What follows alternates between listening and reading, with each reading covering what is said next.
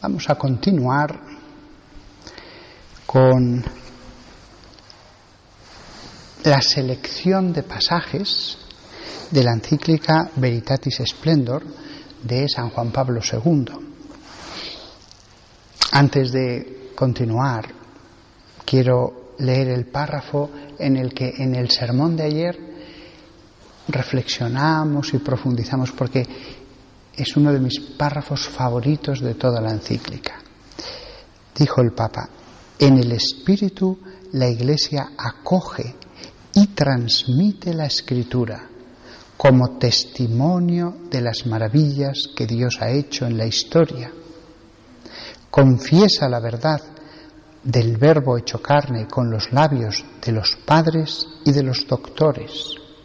Practica sus preceptos y la caridad en la vida de los santos y de las santas y en el sacrificio de los mártires. Celebra su esperanza en la liturgia. En el sermón de ayer veíamos la densidad que tiene un solo párrafo, como aquí está condensada la esencia de lo que hace la Iglesia, y de lo que hace la Iglesia acogiendo la palabra de Dios. Pero después continúa el Papa: esta actualización de los mandamientos es signo y fruto de una penetración más profunda de la revelación y de una comprensión de las nuevas situaciones históricas y culturales bajo la luz de la fe.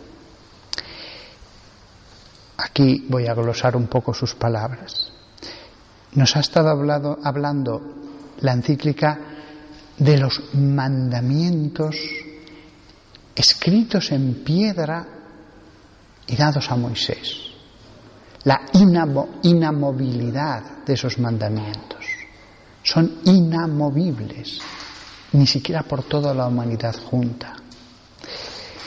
Sin embargo, aquí dice: la actualización de los mandamientos es signo y fruto de una penetración más profunda de la revelación. Es decir, los mandamientos deben ser actualizados. Dios dijo a Moisés: no matarás. Pero después hay que decir alguna palabra. ¿Se puede bombardear una ciudad en una guerra? ¿Se puede abortar?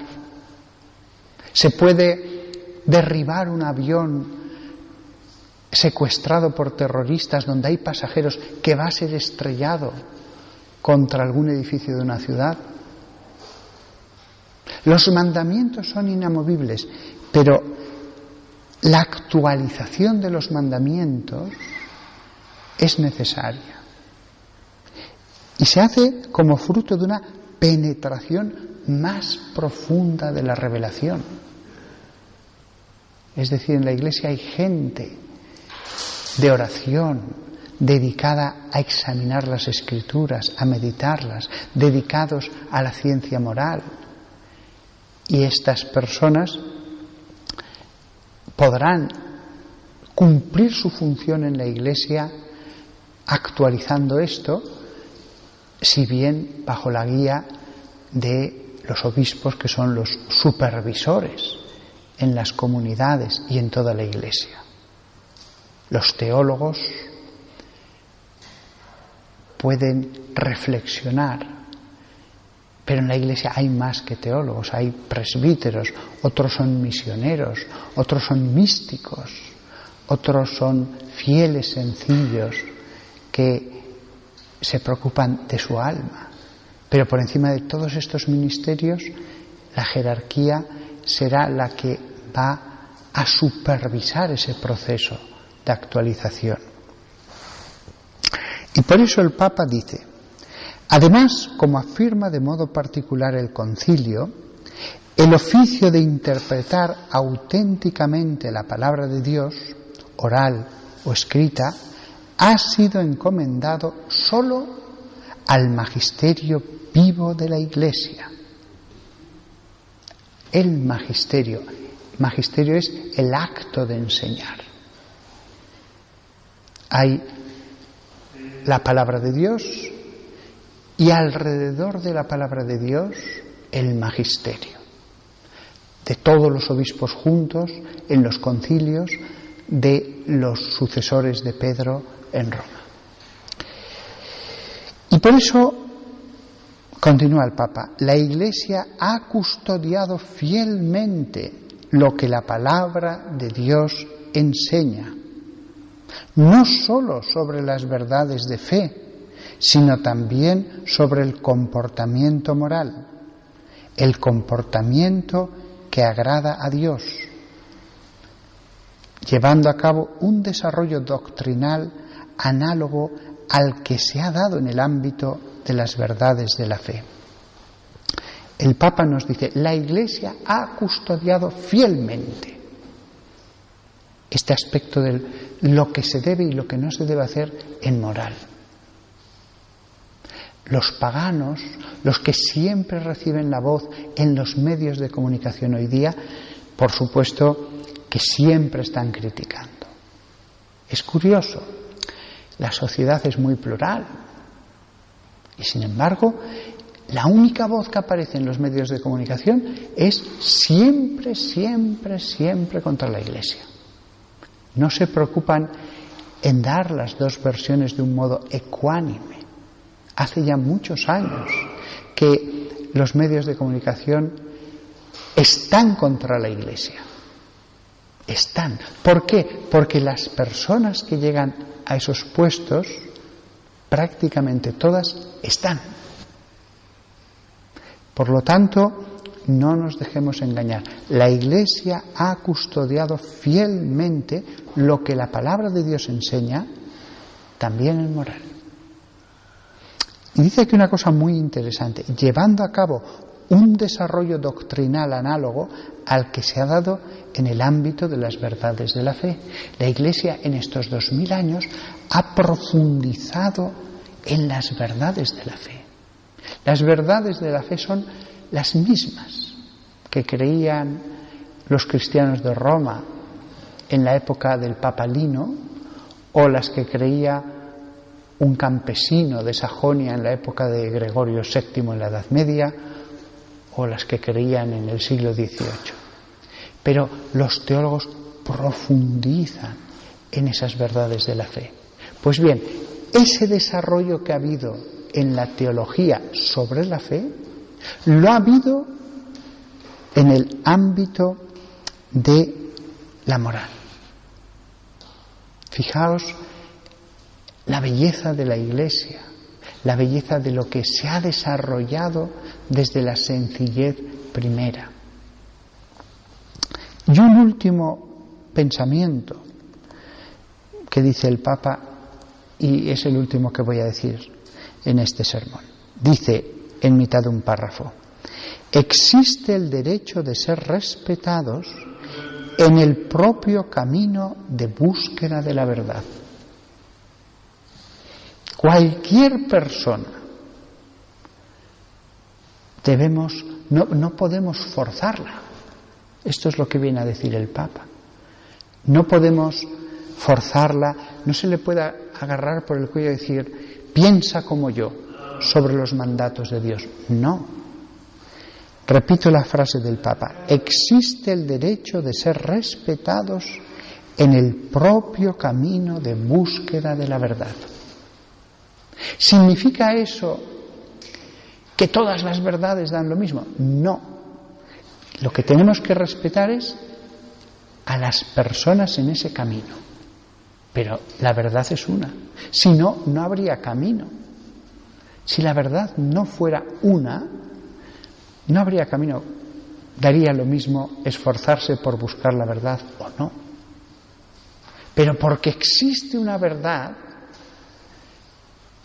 entonces sí que vale la pena buscar la verdad. Pero es evidente que hoy día lo que impera en nuestra sociedad es la idea de que no existe. Sigue el camino que quieras. Unos piensan una cosa, otros otra. La Iglesia dice no. La verdad en la moral es una. ¿Se puede bombardear esta ciudad o no de civiles? Pues la verdad es una. No te equivoques, porque de tu decisión puede estar en juego miles de vidas de seres humanos. En este caso concreto, ¿se puede o no se puede? La respuesta de la Iglesia sería no.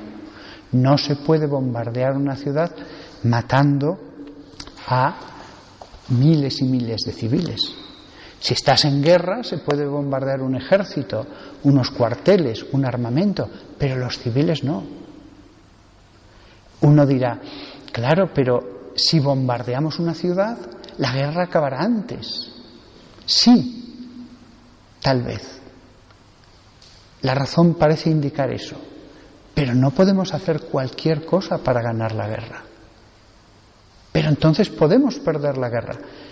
Es que no la vamos a ganar a cualquier precio, haciendo lo que sea. Nosotros debemos luchar de acuerdo a la ley de Dios. Pero es que ellos sí que bombardean nuestras ciudades. Si nosotros hacemos lo que Dios quiere, Dios nos ayudará. ¿Significa eso que entonces vamos a ganar la guerra? No. Significa que Dios ayuda y bendice al que hace lo que Dios quiere. No significa que vayamos a ganar la guerra. Pero lo que sí que estamos obligados es a no matar al inocente, a no hacer lo que es intrínsecamente malo. Este es un ejemplo moral de cómo la verdad es una, y como te equivoques, pues son miles de personas las que pueden estar, las que puedes matar. En una sociedad cristiana, como todavía era más la de 1939, les costó a los ingleses la idea de bombardear otras ciudades.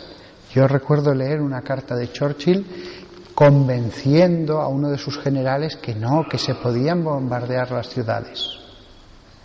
Después eso se hizo continuamente y ya dio la sensación de que no había ningún problema. Pero no, al principio no lo veían claro almas fundadas en el cristianismo. Si todos los hombres fueran cristianos, primero que no habría guerras. Segundo, verdaderamente cristianos, no solo por el nombre. Y segundo, si fueran imperfectamente cristianos, al menos la guerra no se haría a costa de lo que sea. Hay una diferencia muy grande entre estar dispuesto a lo que sea a decir no, yo tengo unos límites que me impone la ley de Dios. La ley moral, qué cosa tan profunda, tan importante, que tiene repercusiones tan grandes en la persona y en la sociedad y en el mundo. La ley moral. Y la que está como custodio de la ley moral es la Iglesia, por parte de Dios. Los demás pueden decir lo que quieran, pero la única que ha recibido ese encargo de Dios ha sido la Santa Iglesia. Que todos nosotros, por lo tanto, tengamos un respeto grandísimo al magisterio, sabiendo que el Espíritu Santo sobrevuela la Iglesia, la influye, la inspira, y que Dios es poderoso para detener cualquier cosa. Nunca se va a corromper la Iglesia. Nunca la Iglesia va a enseñar como bueno lo que es malo y como malo lo que es bueno. Porque la Iglesia no entrará el infierno en su fe. Y los mandamientos de Dios forma parte de lo que nosotros creemos también. Que la Virgen María, santa, custodio siempre de los mandatos del Señor en su alma, nos ayude a todos nosotros a fiarnos siempre de los obispos y del Papa.